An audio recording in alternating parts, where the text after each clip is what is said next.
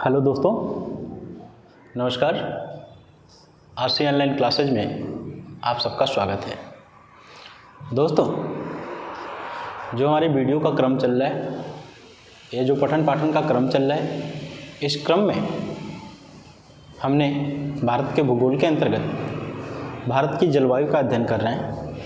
और जब भारत की जलवायु का अध्ययन कर रहे हैं तो इस पर 2 क्लास बन चुकी हैं। जो 2 क्लास बन चुकी हैं उसमें हमने सबसे पहले जलवायु किसे कहते हैं, मानसून किसे कहते हैं, जलवायु को प्रभावित करने वाले कारक कौन कौन से होते हैं, और फिर दूसरा इसी का थोड़ा सा विस्तृत रूप है, कुछ चीज़ें नई भी हैं, उसको पढ़ाया गया दूसरी क्लास में। अब हमारा तीसरा क्लास स्टार्ट हो रहा है और इस तीसरे क्लास में हमें पढ़ना है भारत की जलवायु, और उसी भारत की जलवायु में पढ़ना है मानसून के प्रकार। ठीक है, तो भारतीय मानसून के प्रकार, ठीक है, यहाँ पे लिखा गया है भारतीय मानसून, और इसका प्रकार भी हम यहाँ पे लिख लेते हैं, मानसून का प्रकार। ठीक है, तो जो भारत में मानसून पाया जाता है वो मानसून कितने प्रकार का होता है, उस प्रकार की हमें चर्चा करनी है। और मानसून का अर्थ मैंने पहले ही आपको बताया था कि क्या होता है, मानसूनी हवाएं। और मानसूनी हवा किसको कहते हैं, अर्थात मौसमी हवा।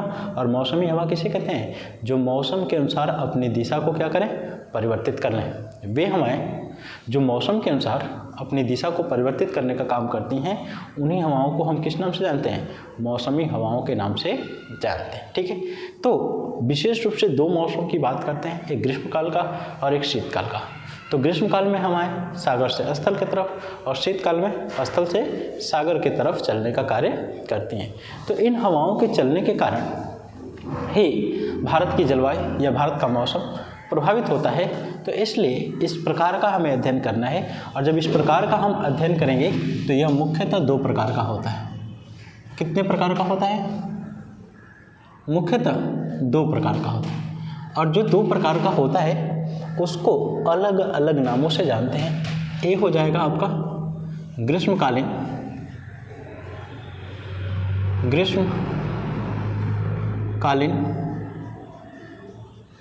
मानसून,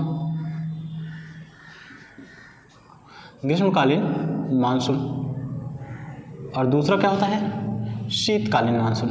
बी की यदि हम बात करेंगे तो यह क्या होता है, शीतकालीन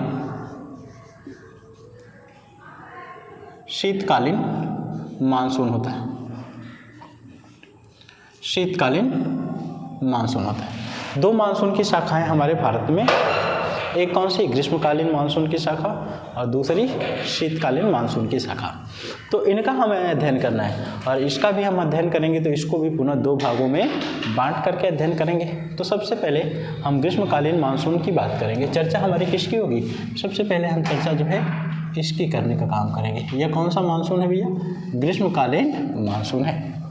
ठीक है, और ग्रीष्मकालीन यदि हम मानसून की बात करते हैं तो जैसा शब्द से ही पता चल रहा है, वह मानसून जिसकी उत्पत्ति कब हो रही हो, ग्रीष्मकाल में।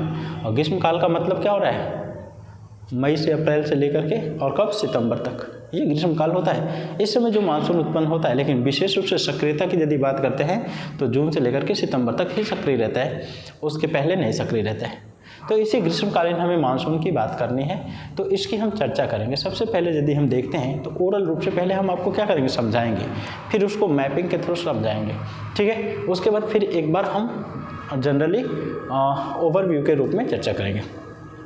सबसे पहले यदि हम देखते हैं तो कल या पिछली क्लास में हमने आपको समझाया था कि जो पृथ्वी हमारी है, इस पृथ्वी पर 3 महत्वपूर्ण रेखाएं, और 3 महत्वपूर्ण रेखाओं में एक रेखा विषुवत रेखा, एक रेखा 23.5 डिग्री उत्तरी अक्षांश, और एक रेखा 23.5 डिग्री दक्षिणी अक्षांश। ठीक है, तो जब 23.5 डिग्री उत्तरी अक्षांश की बात करते हैं, जिसको कर्क रेखा के भी नाम से जानते हैं, इस रेखा पर 21 जून अभी आने वाला है, 21 जून को सूर्य की किरणें लंबवत पड़ती हैं, मतलब सीधी पड़ती हैं, मतलब कर्क एक रेखा के ऊपर सूर्य की स्थिति दर्ज होती है।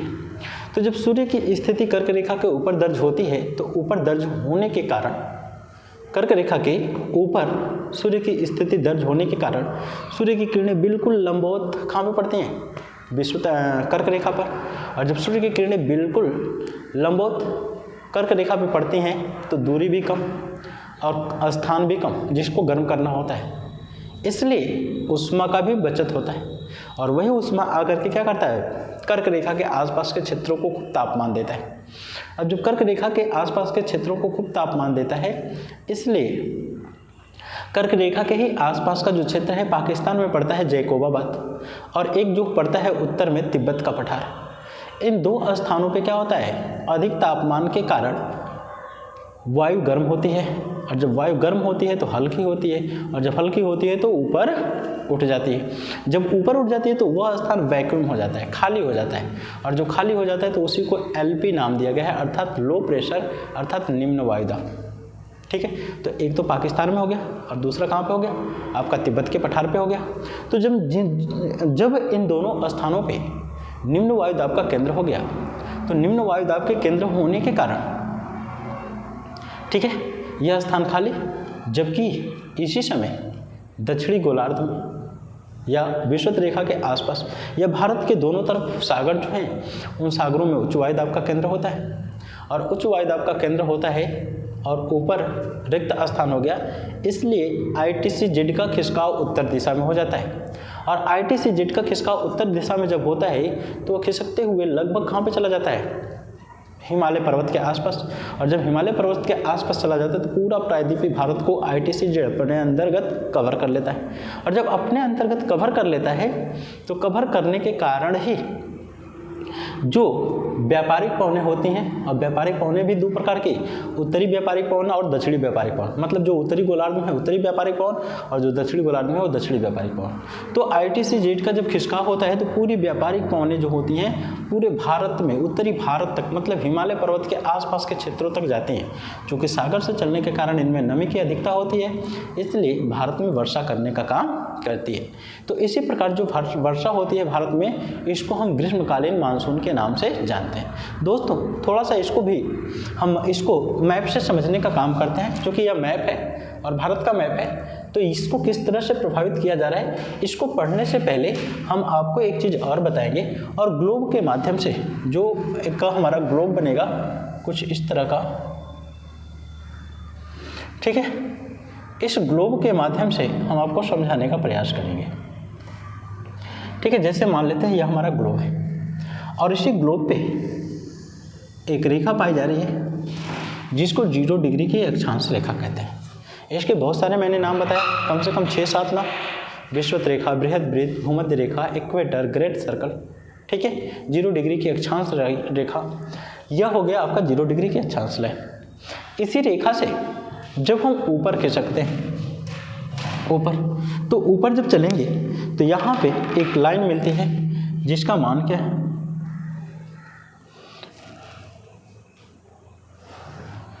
ठीक है, यहाँ से चलते हैं हम तो इसका मान मिलता है 23 से ही 1/2n, और यहीं से नीचे हम आते हैं तो इसका भी मान मिलता है 23 से ही 1/2s। इसका नाम दिया गया है कर्क रेखा और इसका नाम दिया गया है मकर रेखा। दो नाम हो, कौन कौन सी रेखा है, कर्क रेखा और मकर रेखा। जब इन दोनों रेखाओं की हम बात करते हैं तो मैंने पिछली क्लास में भी आपको बताया था और आज फिर भी मैं आपको बता दे रहा हूँ। यहाँ पे सूर्य की स्थिति होती है एक दिन, यह हो गया आपका एक दिन सन, ठीक है। एक दिन सन की स्थिति जो होती है यह होती है, एक दिन सन की स्थिति कुछ इधर होती है, और एक समय आता है जब सन की स्थिति यहाँ पे होती है, अर्थात 4 समयों में 4 अन्य स्थानों पे सूर्य की स्थिति, और इन तिथियों को भी हम लिख देते हैं। यह तिथि जो आती है वो 22 दिसंबर की, यह स्थिति कब आती है, 22 दिसंबर की। यह स्थिति दिसंबर के बाद चलेंगे तो 21 मार्च, यह आता है 21 जून, और यह आता है 23 सितंबर। सितंबर।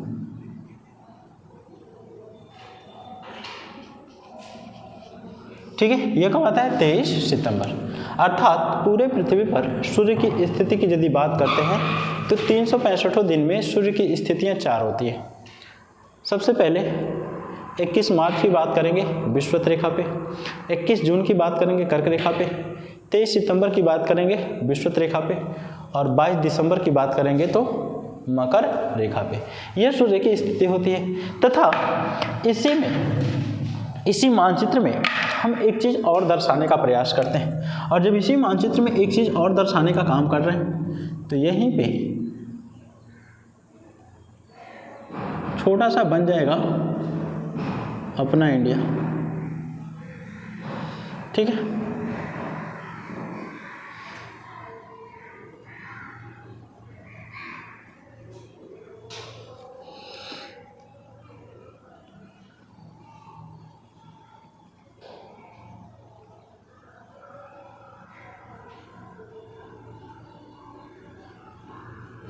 ठीक है, यह जो है छोटा सा अपना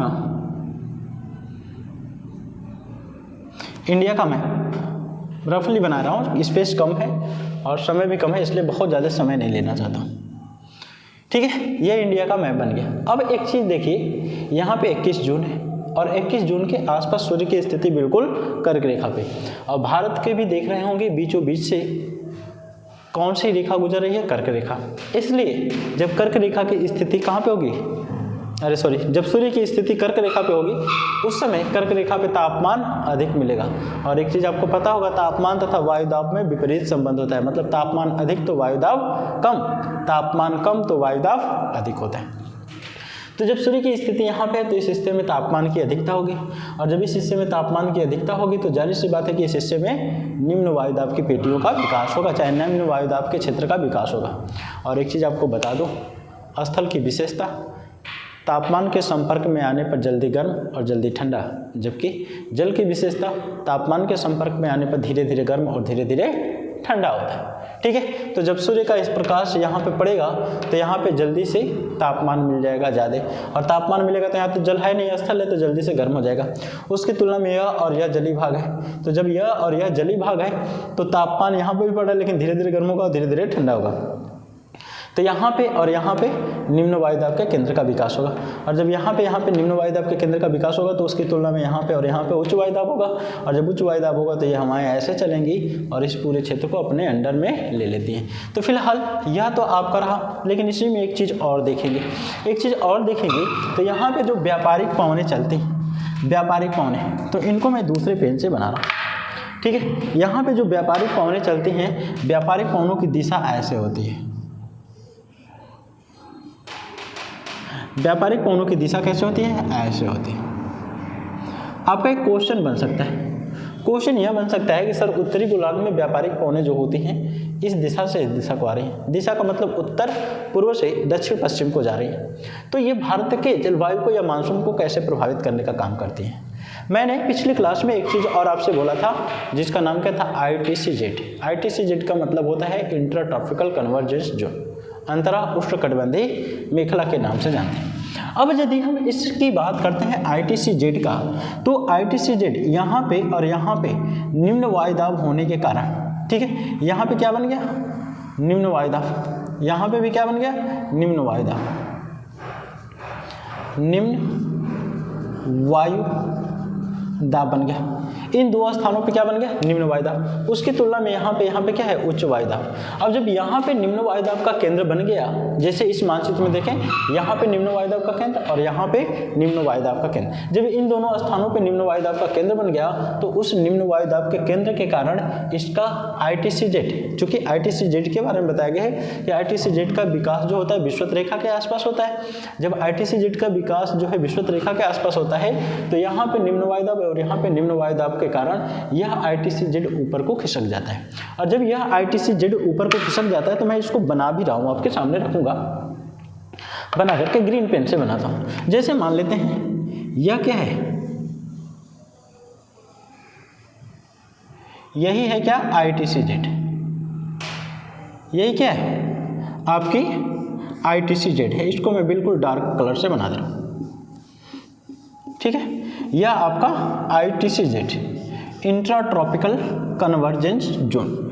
लेकिन जो यह ITCZ है, तो जैसे यहाँ पे निम्न वायुदाब का केंद्र बना तो ITCZ का विस्तार होता है, और जब ITCZ का विस्तार होता है तो यह ITCZ यहाँ से खिसकना शुरू करता है और हिमालय के समानांतर ऐसे आ जाते हैं। देखिए ITCZ यहाँ तक था, लेकिन अब ITCZ का विस्तार हुआ, और जब ITCZ का विस्तार हुआ तो यह पूरा हमें लग रहा है कि दक्षिणी भारत को नहीं बल्कि पूरे प्रायद्वीपीय भारत को क्या कर लिया, ITCZ ने कवर कर लिया। मतलब ITCZ के खिसकाव के कारण, अर्थात वायुदाब पेटी के खिसकाव के कारण ITCZ लगभग हिमालय के आसपास चला जाता है, और जब हिमालय के आसपास चला जाता है तो इस क्षेत्र की जो पवनें हैं वे पवनें यहाँ से चलना शुरू करते हैं, ऐसे चलते हैं, तो इनका खिसकाव होता है, और जब इसका खिसकाव होता है तो यह भी दो शाखाओं में बट जाती है।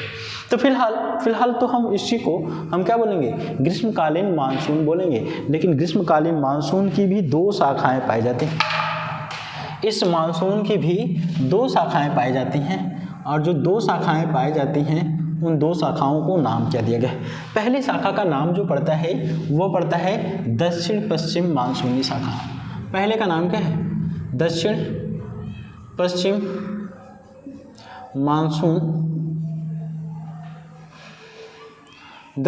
मानसून, और दूसरा क्या होता है, दक्षिण पूर्व मानसून।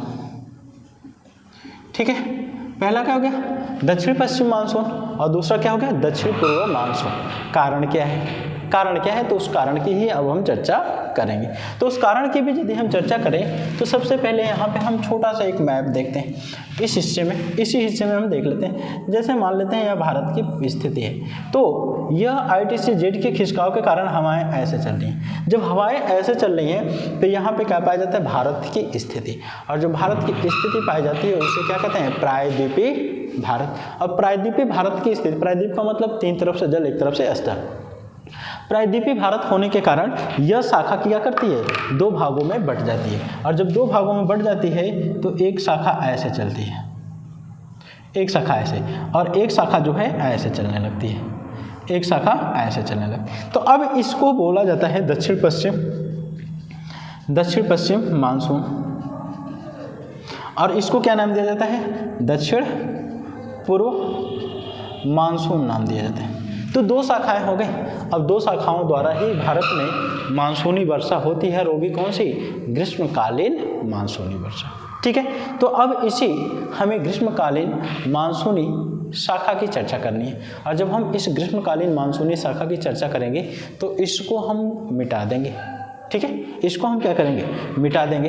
तो आपको यदि आवश्यकता लगे तो आप स्क्रीनशॉट चाहें तो ले लें, वैसे तो काफ़ी खिचड़ी हो गया है बनते बनते, लेकिन ज़रूरत हो तो इसका आप स्क्रीनशॉट ले सकते हैं। ठीक है, चलिए स्क्रीनशॉट हो गया होगा, तो अब आगे चलते हैं। आगे चलेंगे तो सबसे पहले हम मानसूनी शाखा की बात करते हैं, और वह मानसूनी शाखा कौन सी होगी। ठीक है, उस मानसूनी शाखा की यदि बात करते हैं तो वह मानसूनी शाखा होगी आपकी पहली, और उस पहली शाखा का नाम क्या है, दक्षिण पश्चिम मानसून। दक्षिण पश्चिम मानसून, पहली शाखा दक्षिण पश्चिम मानसून।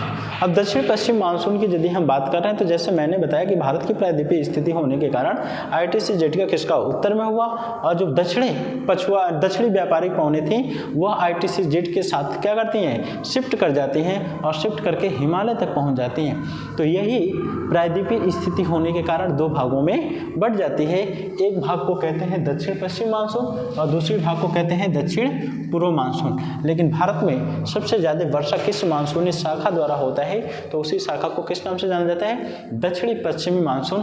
और वर्षा भारत का लगभग 65% वर्षा प्राप्त होता है। ठीक है। भारत का लगभग 65% वर्षा जो होता है प्राप्त होता है किसके द्वारा? दक्षिण पश्चिमी मानसून द्वारा। आप कहेंगे सर नहीं, हमारे वहाँ तो वर्षा जो होती है बंगाल की खाड़ी के मानसून द्वारा होती है। तो नहीं, इससे मात्र 35% ही वर्षा प्राप्त होता है देश का। 65% वर्षा तो हम दक्षिणी पश्चिमी मानसून की शाखा अर्थात अरब सागर, इसको एक और नाम दिया गया है, वो भी नाम लिख लेते हैं, इसे अरब सागरी मानसून भी कहते हैं। दूसरी विशेषता, इसे अरब सागरी मानसून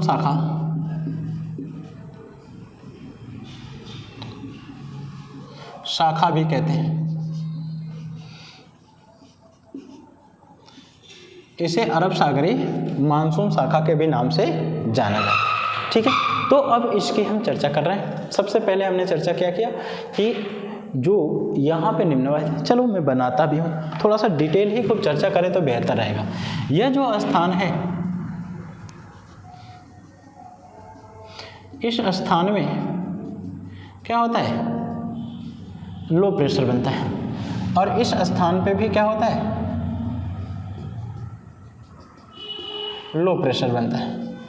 इन दोनों स्थानों पे क्या बनता है? निम्न वायुदाब की पेटी, निम्न वायुदाब का क्षेत्र, निम्न वायुदाब का क्षेत्र, और इसे भी क्या कहेंगे? निम्न वायुदाब का क्षेत्र। यह भी क्या हो रहा है? निम्न वायुदाब का क्षेत्र। ठीक है, यह पाकिस्तान में और वह तिब्बत के हिस्से में पड़ता है। दो हिस्सों में निम्न वायुदाब का क्षेत्र बन गया। इसकी तुलना में इस हिस्से में HP बस मैं लिख दे रहा हूँ, और इस हिस्से में भी HP लिख दे रहा हूँ। चूँकि बहुत ज़्यादा नीचे लिखता तो कैमरे में कवर नहीं हो पाता, इसलिए मैं थोड़ा सा ऊपर ही लिख रहा हूँ, लेकिन होता है नीचे। और जब नीचे होता है तो मैंने बताया क्या था यहाँ पे, अभी जो ग्लोब बनाया था उसमें बताया था कि ITCZ का खिसका होता है किस दिशा में?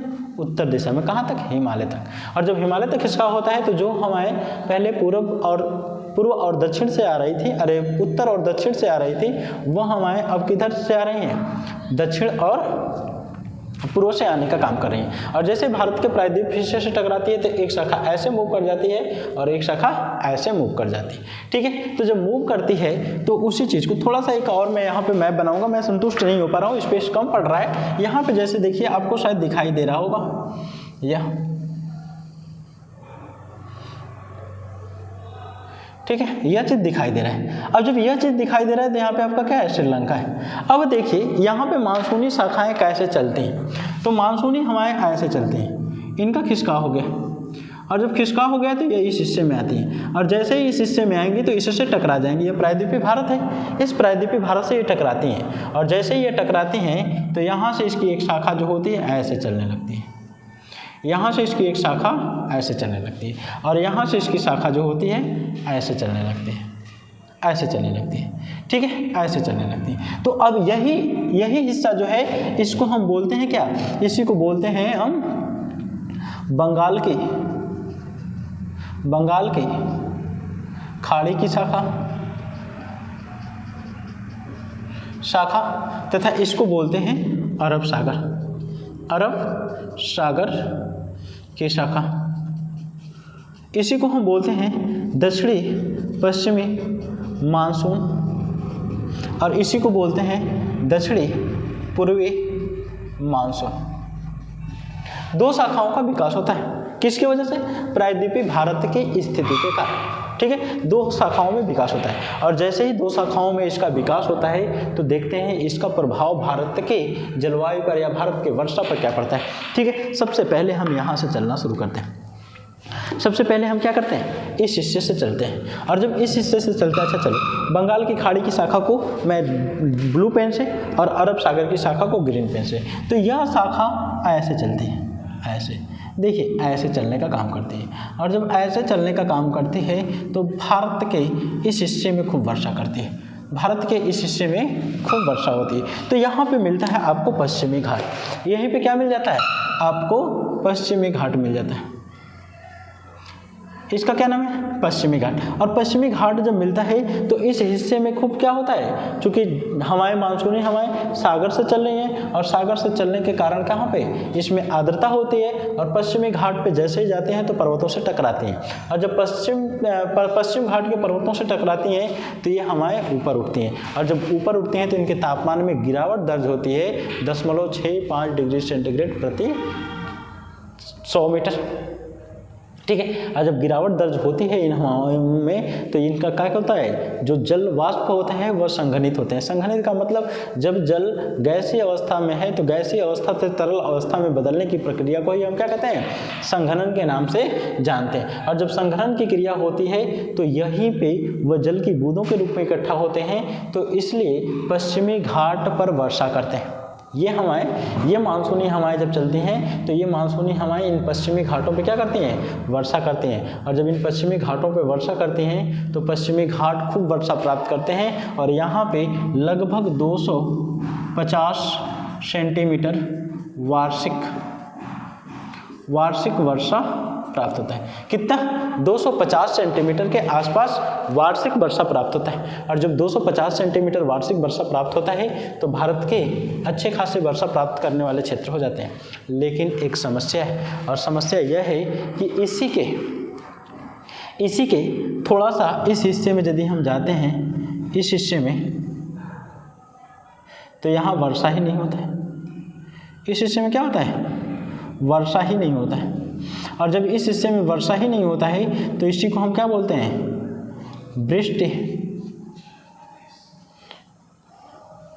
वृष्टि छाया प्रदेश के नाम से इसको जाना जाता है। ठीक है, तो ये कर्नाटक वाला भाग जो है महाराष्ट्र का आंतरिक भाग है, इन हिस्सों में क्या होता है, वर्षा नहीं होता है, क्योंकि इसकी यदि स्थिति देखते हैं तो यहाँ पे जैसे मान लेते हैं कि कोई सागर है, यहाँ पे यह कोई सागर है, और जब यह कोई सागर है तो यहीं पे एक पर्वत है, और यहीं पे जो पर्वत है तो यह सागर है, और सागर से चलने वाली मानसूनी हवाएं क्या करेंगी, इस पर्वत से टकराएंगी, और जब इस पर्वत से टकराएंगी तो यह क्या होंगी, ऊपर उठेंगी। जब ऊपर उठती हैं तो यहीं पे क्या होता है, बादल का निर्माण होता है। यहीं पे क्या बनता है, बादल बनता है, और जब यहीं पे बादल बनता है तो यही बादल से क्या होता है, यह जल के रूपों में क्या होने लगता है, यहीं से जल के रूपों में क्या होता है, वृष्टि होता है। वृष्टि या क्या हो सकता है, वर्षा होता है, और जब वर्षा हो जाती है तो इस हिस्से में तो वर्षा हुआ, लेकिन इस हिस्से में जो हवाएं उतरती हैं वे हवाएं क्या हो जाती हैं, शुष्क हवा हो जाती है, शुष्क हवा, शुष्क वायु, और जो शुष्क वायु इस हिस्से में जाता है तो यह हिस्सा किस नाम से जाना जाएगा, वृष्टि छाया प्रदेश के नाम से जाना जाएगा। यही हिस्सा क्या कहलाता है, वृष्टि छाया प्रदेश कहलाता है। मतलब क्या, यहाँ पे वर्षा नहीं हो पाती है, और जब यहाँ पे वर्षा नहीं होती है तो इसी को किस नाम से जाना जाता है, वृष्टि छाया प्रदेश के नाम से जाना जाता है। तो यह हिस्सा जो है वृष्टि छाया प्रदेश के अंतर्गत आता है। कौन सा, विशेष करके कर्नाटका और आंतरिक महाराष्ट्र का हिस्सा इसके अंतर्गत आता है। ठीक है, तो यह आपकी कौन सी हो गई, पश्चिमी मानसून शाखा, जिसको अरब सागर की शाखा कहते हैं। लेकिन एक चीज़ देखेंगे, यहाँ पे यह मानसून की शाखा कब पहुँचती है, तो यह जो है 1 से 5 जून को पहुँच जाती है। ठीक है, तो 1 से 5 जून को मानसून शाखा, यह शाखा केरल के तट पे पहुँचती है। कहाँ पे पहुँचती है, केरल के तट पे पहुँचने का कार्य करती है। ठीक है, केरल के तट पे पहुँचती है यह मानसूनी शाखा। इसके बाद धीरे धीरे उत्तर की तरफ बढ़ती है। लेकिन एक चीज़ और देखेंगे, यह जैसे ही महाराष्ट्र और गुजरात के सीमावर्ती क्षेत्रों में पहुँचता है तो इसकी एक शाखा आंतरिक भारत में प्रवेश कर जाता है, आंतरिक भारत में प्रवेश कर जाता है। और जब आंतरिक भारत में यह शाखा प्रवेश करती है तो यहीं से देखेंगे यह मानसूनी शाखा जो होती है इस हिस्से में भी पहुंच जाती है, और इस हिस्से तक ये पहुंच करके चली जाती है। ठीक है, तो इसी मानसून की एक शाखा जो है काफ़ी अंदर तक, लगभग कोलकाता तक माना जाता है कि पहुँच जाती है। क्यों पहुँचती है, तो नर्मदा तथा ताप्ती नदियाँ इन्हीं क्षेत्रों में प्रवाहित होती हैं। तो इन्हीं नदी बेसिनों से होकर या इन्हीं नदी घाटियों से होकर के दक्षिणी पश्चिमी मानसून आंतरिक भारत अर्थात संपूर्ण मध्य प्रदेश में भी वर्षा कराने का कार्य करती हैं। ठीक है, लेकिन इसी की एक दूसरी शाखा है, और जिस दूसरी शाखा की हम बात करेंगे तो यहाँ पे एक पर्वत श्रेणी पाई जाती है। यहाँ पे एक पर्वत श्रेणी पाई जाती है जिसका नाम क्या है, विंध्यन श्रेणी। इसका क्या, सॉरी विंध्यन नहीं, अरावली श्रेणी। अरावली श्रेणी जो पाई जाती है, इस अरावली श्रेणी के आसपास के क्षेत्रों में यह शाखा जब जाती है तो यह शाखा जा करके यहाँ से यहाँ पे एक जिला है जो राजस्थान में पड़ता है जिसका नाम है सिरोह जिला, और इसी सिरोह जिला के आसपास की पहाड़ियों से टकराता है और गुजरात में भी वर्षा करने का कार्य करता है। लेकिन अब यहाँ से जब ये हवाएं इस हिस्सा में जाती हैं तो इस हिस्से में इनको कोई अवरोध नहीं मिलता है, और कोई अवरोध जब नहीं मिलता है तो ये क्या हो जाती हैं, हवाएं शुष्क हो जाती हैं। और जैसे ही ये हवाएं शुष्क हो जाती हैं तो इनकी शुष्क होने का मतलब तापमान अधिक, इसलिए इस वायु में जो जल की मात्रा है वह तापमान द्वारा निचोड़ ली गई और यह हवा सिर्फ हवा रह जाती है, इसमें जल की मात्रा नहीं रहती है। अवरोध न पड़ने के कारण ये इन क्षेत्रों में वर्षा नहीं कर पाती हैं, और वर्षा नहीं करती हैं तो ये पहुंचती हैं कहाँ पे, शिवालिक श्रेणी के आसपास। और जब शिवालिक श्रेणी के आसपास पहुंचती हैं तो शिवालिक श्रेणी से टकराती हैं, और जब शिवालिक श्रेणी से टकराती हैं तो भी वर्षा नहीं करती हैं। कारण यह होता है कि वहाँ जाते जाते ये हवाएँ कैसी हो गई होती हैं, शुष्क हो गई होती हैं, और जब वहाँ जाते जाते ये हवाएँ शुष्क हो गई होती हैं इसलिए वर्षा करने का काम नहीं करती हैं। इसलिए यहाँ पर भी क्या हो गया, मरुस्थलों का विकास हो गया। लेकिन जैसे ही अब हम दूसरी शाखा की बात करेंगे, दूसरी शाखा की यदि हम बात करते हैं तो दूसरी जो शाखा हमारी है उस शाखा को किस नाम से जाना जाता है। उस शाखा की यदि हम बात करते हैं तो उस शाखा को नाम दिया गया है बंगाल की खाड़ी की शाखा। ये चीज़ जो है ये वृष्ट छाया प्रदेश वाला हिस्सा, इसका आप स्क्रीनशॉट ले लीजिए। अब इसको मैं मिटाने का काम करूँगा, ठीक है, स्क्रीनशॉट हो गया होगा। मैं इसको अब मिटा रहा हूँ, इसको। तो यहाँ पे देखिए, अब दूसरी शाखा की हम बात करेंगे तो दूसरी शाखा हमारी कौन सी हो जाएगी। दूसरी शाखा जो होती है हमारी वह होती है, अब देखिए यहीं पे मैं बताया था कि यह शाखा दो भागों में बट रही है, तो अब हम इस शाखा की बात करेंगे। और यह शाखा यहाँ से चलना शुरू कर देती है, ऐसे चलती है, और जब ऐसे चलती है तो यहीं से हवा जो है इस हिस्से में भी प्रवेश कर जाती है, और इस हिस्से के बाद जो है यह हवा इस हिस्से में भी प्रवेश करती है, ठीक है। यह हवा जो है इस हिस्से में भी प्रवेश कर जाती है। तो इसको नाम दिया गया है, और इसको नाम क्या दिया गया है, दक्षिणी पूर्वी मानसून की शाखा। इसको नाम दिया गया है दक्षिणी पूर्वी मानसून की शाखा, दक्षिणी पूर्वी मानसून की शाखा। और इस दक्षिणी पूर्वी मानसून की शाखा की यदि हम बात करते हैं तो यहाँ पे एक चीज़ का उल्लंघन होता है, इसको नोट भी कर लेंगे। इसको हम नोट करेंगे, यहाँ पर फेरल के नियम का उल्लंघन है।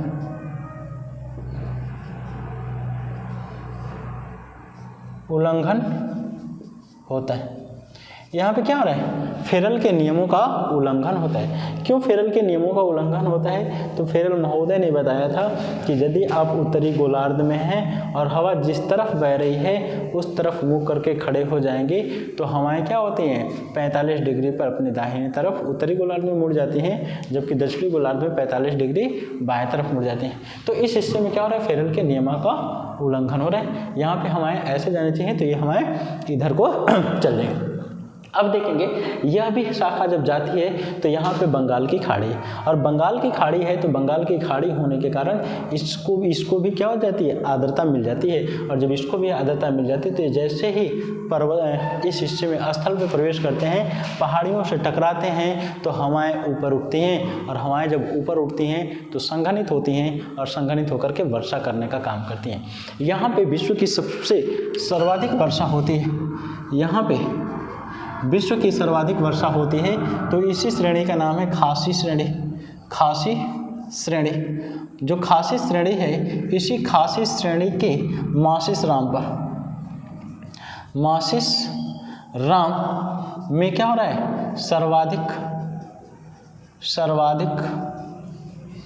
वर्षा हो रहा है। ठीक है, तो मेघालय की जो खासी श्रेणी है उस खासी श्रेणी के मासिस राम नामक स्थान पर विश्व का सर्वाधिक औसत वार्षिक वर्षा प्राप्त होता है और यहीं से यह शाखा हिमालय पर्वत के समानांतर, यहाँ से यदि हम देखें तो यहाँ से कौन सी पर्वत श्रेणी है, हिमालय पर्वत श्रेणी है। इसी हिमालय पर्वत श्रेणी के समानांतर पश्चिम दिशा की तरफ चलती हैं, लेकिन जो ये पश्चिम दिशा की तरफ चलती हैं तो इसकी गति में क्या होती है, कमी आती है, इसकी आर्द्रता में कमी आती है, इसलिए वर्षा की मात्रा में भी कमी दर्ज होती रहती है। ठीक है, तो वर्षा की मात्रा में भी कमी दर्ज हो रही है। अच्छा, एक चीज़ और देखेंगे, क्वेश्चन कभी कभी पूछा जाता है कि जो दक्षिणी पूर्वी मानसूनी शाखा है इसके द्वारा सबसे पहले वर्षा कहाँ पे होती है, तो लिखेंगे यहाँ पे इस शाखा द्वारा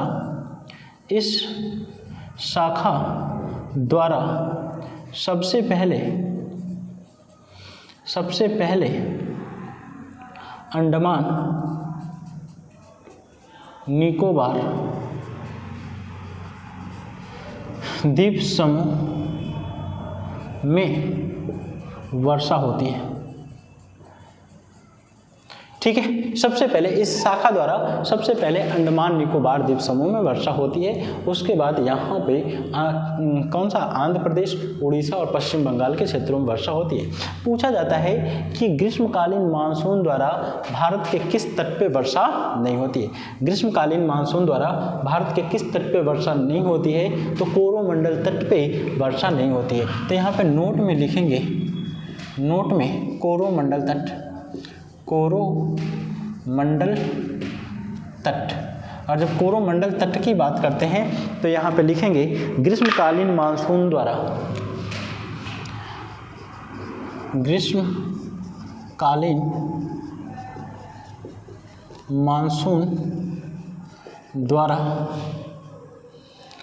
यहाँ वर्षा नहीं होती है। ठीक है, ग्रीष्मकालीन मानसून द्वारा यहाँ पे वर्षा नहीं होती है। तो यहाँ पे वर्षा कब होती है, तो इसकी चर्चा हम कल की क्लास में करेंगे। ठीक है, लेकिन एक चीज़ और है, इस क्लास को जो भी हमने 30 मिनट, 15 मिनट, 20 मिनट जो भी पढ़ा, इसको एक रिवीजन करते हैं पहले की क्लासों की भांति, और रिवीजन करके इस क्लास को समाप्त करते हैं। सबसे पहले हमने पढ़ा क्या, आराम से सुनिए। सबसे पहले हमने पढ़ा कि मानसून की दो शाखाएं कौन कौन सी, एक ग्रीष्मकालीन मानसून और दूसरा शीतकालीन मानसून। ग्रीष्मकालीन मानसून दो भागों में बढ़ जाती है, कौन सा, दक्षिणी पश्चिमी मानसून और दूसरी पूर्वी मानसून। सबसे पहले हमने चर्चा किया कि इसकी दक्षिणी पश्चिमी मानसून की, इसके द्वारा भारत का लगभग 65% वर्षा प्राप्त होता है, इसे अरब सागरी मानसून भी कहते हैं। बी हमने क्या पढ़ा, दक्षिणी पूर्वी मानसून, इसकी शाखा द्वारा सबसे पहले कहाँ पर वर्षा प्राप्त होती है, अंडमान निकोबार द्वीप समूह में। एक चीज़ और लिखते हैं, इससे 35% वर्षा प्राप्त होता है, और इसे क्या कहते हैं, बंगाल की खाड़ी की शाखा के नाम से जानते हैं। कारण क्या है कि यह शाखा दो भागों में, चूँकि ITC-Z ऊपर खिसक जाती है, और जब ITC-Z ऊपर खिसक जाती है तो जो दक्षिणी व्यापारिक पवन है दो भागों में बढ़ जाती है, और जब दक्षिणी व्यापारिक पवन दो भागों में बढ़ जाती है तो एक शाखा बंगाल की खाड़ी से, इसलिए बंगाल की खाड़ी वाला मानसून, और एक शाखा अरब सागर से, इसलिए अरब सागरी मानसून के नाम से जाना जाता है। ठीक है, इसके बाद यदि हम बात करते हैं तो यहाँ सबसे पहले केरल के तट पर 1 से 5 जून के बीच वर्षा करता है, उसके बाद धीरे धीरे ऊपर जाता है और क्षेत्रों में वर्षा करता है। इसकी पश्चिमी तट पे वर्षा ज़्यादा होती है, और इसके पश्चिमी तट पर एक पर्वत श्रेणी है जिसको सह्याद्री कहते हैं। सह्याद्री के पीछे वृष्टि छाया प्रदेश पाया जाता है, और यह नर्मदा तथा ताप्ती नदियों की घाटियों से होकर के मध्य प्रदेश होते हुए लगभग पश्चिम बंगाल, कोलकाता, झारखंड तक प्रवेश कर जाती है। और यह जैसे यहाँ पे आती है तो अरावली पर्वत श्रेणी से टकराती है, और अरावली पर्वत श्रेणी से टकरा करके इस हिस्से में, गुजरात के हिस्से में वर्षा करती है। लेकिन अरावली पर्वत श्रेणी के पश्चिम वाली जो शाखा है, उस शाखा के मार्ग में कोई अवरोध न पड़ने के कारण यह शाखा सीधे कहाँ तक चली गई, शिवालिक तक, और शिवालिक तक जाके जब टकराती है तब तक यह शुष्क हो गई होती है, इसलिए उस हिस्से में वर्षा नहीं कर पाती है। इसलिए यहाँ पे राजस्थान या थार के मरुस्थल का विकास हुआ है। एक चीज़ और मैं बता दूं दोस्तों, थार का मरुस्थल विश्व का एकमात्र मरुस्थल है जहाँ पे जनसंख्या घनत्व सबसे अधिक पाई जाती है। मतलब उष्णकटिबंधीय मरुस्थलों में थार के मरुस्थल में जन घनत्व अन्य मरुस्थलों की अपेक्षा सबसे ज़्यादा है। उसके बाद यदि हम बात करें तो दूसरी शाखा, यह शाखा आगे, अच्छा देखिए यही कोरोमंडल तट है और इस कोरोमंडल तट पे वर्षा यह शाखा नहीं करती है। क्यों नहीं करती, इसकी चर्चा मैं कल करूँगा। यह जैसे ही जाती है तो यहाँ पे फेरल के नियमों का उल्लंघन करती है और यहाँ पे त्रिपुरा मिजोरम से होते हुए भारत में प्रवेश करती है, तथा जो मेघालय में गारो खासी जयंतियाँ हैं तो उसकी खासी श्रेणी के मासिसराम नामक स्थान पर विश्व का सर्वाधिक औसत वर्षा प्राप्त होता है। उसके बाद हिमालय के समानांतर यह पश्चिम दिशा को जाता है और जैसे जैसे पश्चिम दिशा को जाता है तो वर्षा की मात्रा कम होती जाती है। ठीक है दोस्तों, तो यही रहा हमारा मानसून। और मानसून में कौन सा, ग्रीष्मकालीन मानसून और ग्रीष्मकालीन मानसून की दोनों शाखाएं। कल की क्लास में दोस्तों हम पढ़ेंगे शीतकालीन मानसून, और जब ग्रीष्मकालीन मानसून हो जाएगा, शीतकालीन मानसून हो जाएगा, तो उसके बाद हमारा तीसरा अगला क्लास जो होगा भारतीय मानसून की उत्पत्ति के प्रमुख सिद्धांत। तो 3 सिद्धांतों की भी हम चर्चा करेंगे। उसके बाद भारतीय जलवायु का वर्गीकरण पढ़ेंगे और फिर हमारा ये क्लास जलवायु वाला समाप्त हो जाएगा। ठीक है दोस्तों, आज की क्लास में इतना ही। वीडियो पसंद आए इसे लाइक करें, शेयर करें, सब्सक्राइब करें, वॉच भी करें। ठीक है, बहुत बहुत आप लोगों को धन्यवाद।